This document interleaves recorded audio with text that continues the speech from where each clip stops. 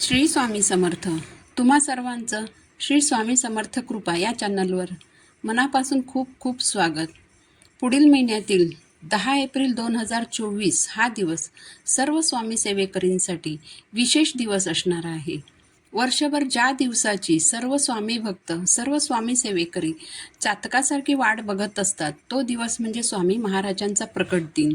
तर येत्या 10 एप्रिलला आपण सर्वजण स्वामी महाराजांचा प्रकट दिन साजरा करणार आहोत. श्री स्वामी समर्थ महाराज हे दत्त महाराजांचे पूर्ण ब्रह्मस्वरूप तिसरा अवतार आहेत. स्वामी आपले गुरु, आपल्या जीवनाचा आधार आहेत. त्यामुळे प्रत्येक स्वामी भक्त, प्रत्येक स्वामी सेवेकरी आपल्या स्वामींच्या नित्यसेवेत आपले तन मन धन अर्पण करत असतो. स्वामींनी त्यांच्या काळात त्यांच्याकडे अडचणी समस्या घेऊन येणाऱ्या प्रत्येकाला स्वामींनी भरभरून दिलं. स्वामी कालही होते, स्वामी आजही आहेत आणि स्वामी उद्याही असणार आहेत. स्वामी अनादि अनंत आहेत. त्यामुळे स्वामींची सेवा हा विषय सर्व स्वामी सेवेकरांच्या जिव्हाळ्याचा विषय आहे.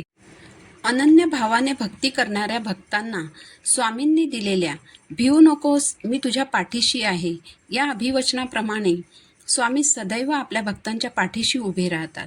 10 एप्रिल 2024 रोजी स्वामींचा प्रकट दिन आहे. दरवर्षी आपण मोठ्या उत्साहाने स्वामी महाराजांचा प्रकट दिन साजरा करतो.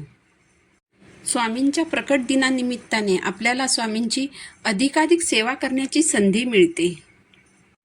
तर या संधीचं आपणा सर्वांना सोनं करायचं आहे. तर या संधीचं आपण सोनं कसं करायचं ते आता आपण जाणून घेऊया. त्यापूर्वी तुम्ही माझ्या चॅनलला सबस्क्राईब केलं नसेल तर सबस्क्राईब जरूर करा. स्वामी महाराजांच्या प्रकट दिनानिमित्ताने 21 मार्चपासून ते 10 एप्रिलपर्यंत आपल्याला स्वामी महाराजांच्या 21 दिवसांच्या सेवेला सुरुवात करायची आहे. तर हे 21 दिवस आपण कोणत्या सेवा करायच्या आहेत हे आता आपण जाणून घेऊया. स्वामी महाराजांची पहिली अतिशय प्रभावशाली सेवा म्हणजे स्वामी चरित्र सारामृत या ग्रंथाचं पारायण करणं.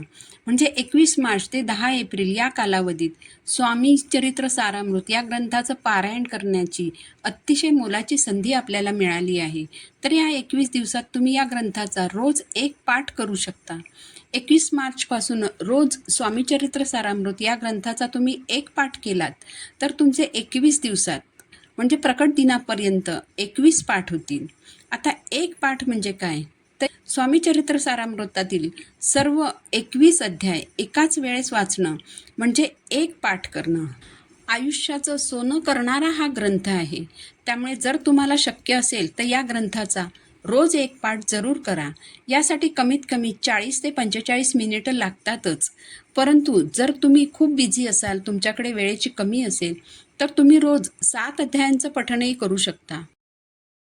पण हेही जर तुम्हाला शक्यच होणार नसेल तर तुम्ही रोज 3 अध्यायांचंही पठण करू शकता. जर तुम्हाला ही सेवाही करणं शक्य होणार नसेल तर तुम्ही रोज किमान 1 अध्याय तरी जरूर पठण करा. आता आपण दुसरी सेवा जाणून घेऊ. यापुढील दुसरी सेवा म्हणजे श्री स्वामी समर्थ या षडाक्षरी मंत्राचा जप करणं.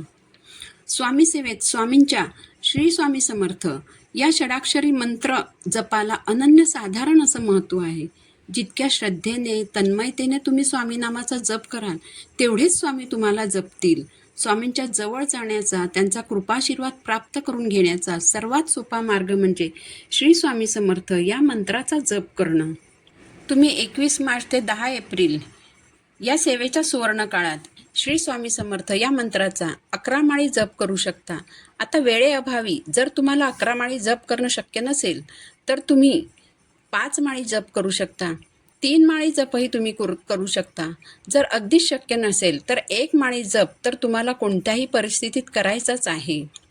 शक्यतो हा 1 माळी जप तुम्हाला एका जागेवर आसनावर बसून करायचा आहे. त्यानंतर तुम्ही तुमची कामं करता करता स्वामींचं अखंड नामस्मरण करू शकता. मात्र या सेवेची देखील स्वामींच्या दरबारात नोंद होतेच. अनेकांच्या आयुष्यात नामस्मरणाने बदल घडलेले आहेत.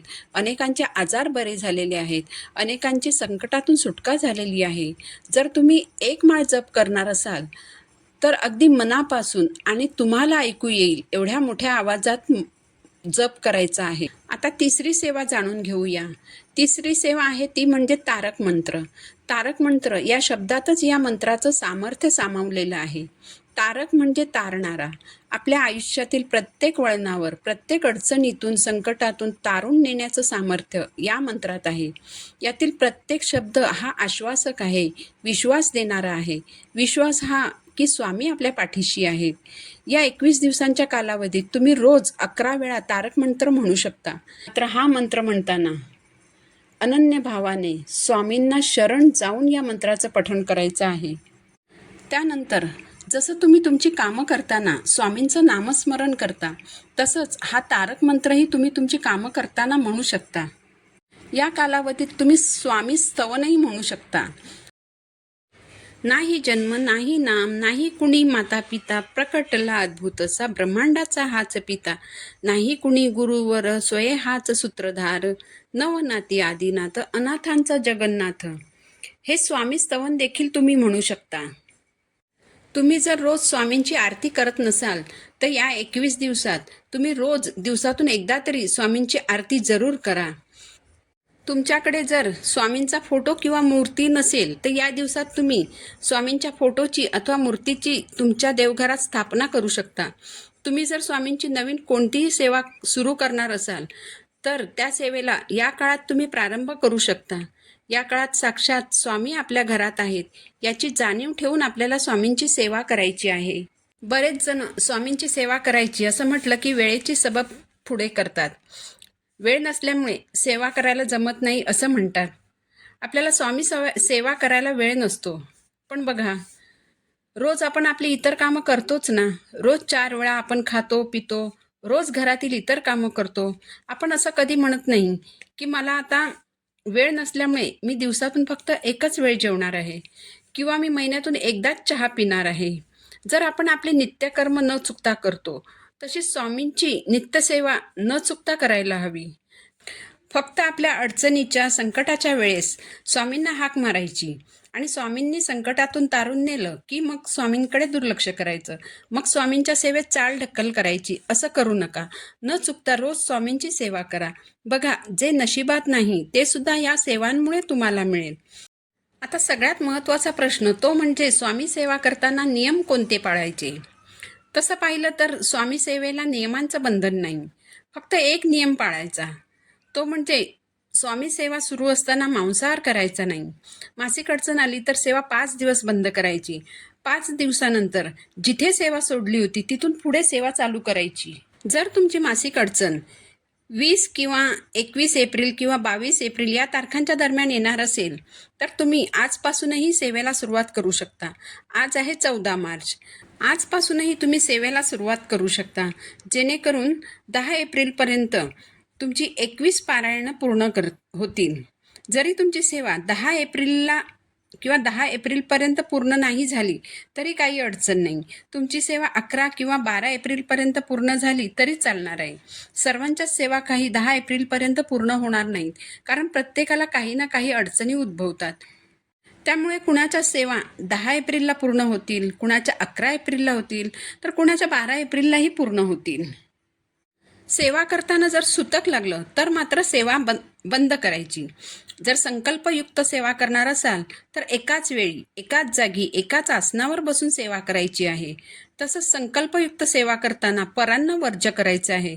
पण जे बाहेर राहतात, मेसमध्ये जेवतात, हॉटेलमध्ये जेवतात, त्यांनी जेवणापूर्वी गायत्री मंत्र म्हणून क्षमा मागून मगच जेवण ग्रहण करायला सुरुवात करायची. या काळात जर तुम्ही एका दिवसासाठी लग्नाला किंवा इतर कोणत्याही कामासाठी बाहेर जाणार असाल तर सकाळी सेवा करून मग बाहेर जा. जर काही कारणासाठी तुम्हाला तुमच्या गावाला, म्हणजे तुम्ही विवाहित असाल आणि सासरच्या गावाला जाणार असाल तर त्या घरी तुम्ही सेवा करू शकता. परंतु तुम्ही 4 दिवसांसाठी माहेरी जाणार असाल तर शक्यतो या गोष्टी टाळायचा प्रयत्न करा, कारण या सेवा तुम्ही तुमच्या घरात करायच्या आहेत. जेव्हा तुम्ही तुमच्या घरात या सेवा कराल तेव्हा तुमच्या घराला आणि कुटुंबाला या सेवा फलदायी ठरणार आहेत.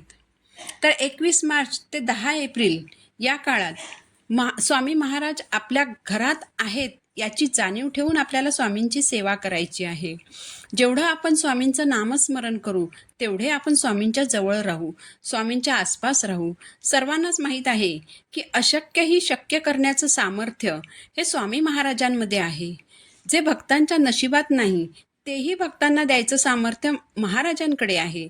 त्यामुळे महाराजांची सेवा सोडायची नाही. तर सर्वांनी 21 मार्च ते 10 एप्रिलपर्यंत जेवढ्या शक्य होतील तेवढ्या जास्तीत जास्त स्वामी महाराजांच्या सेवा करायच्या आहेत. स्वामी तुम्हाला कधीच काही कमी पडू देणार नाहीत. व्हिडिओ आवडला असेल तर लाईक, शेअर, सबस्क्राईब जरूर करा. पुन्हा भेटू नवीन व्हिडिओसोबत. श्री स्वामी समर्थ.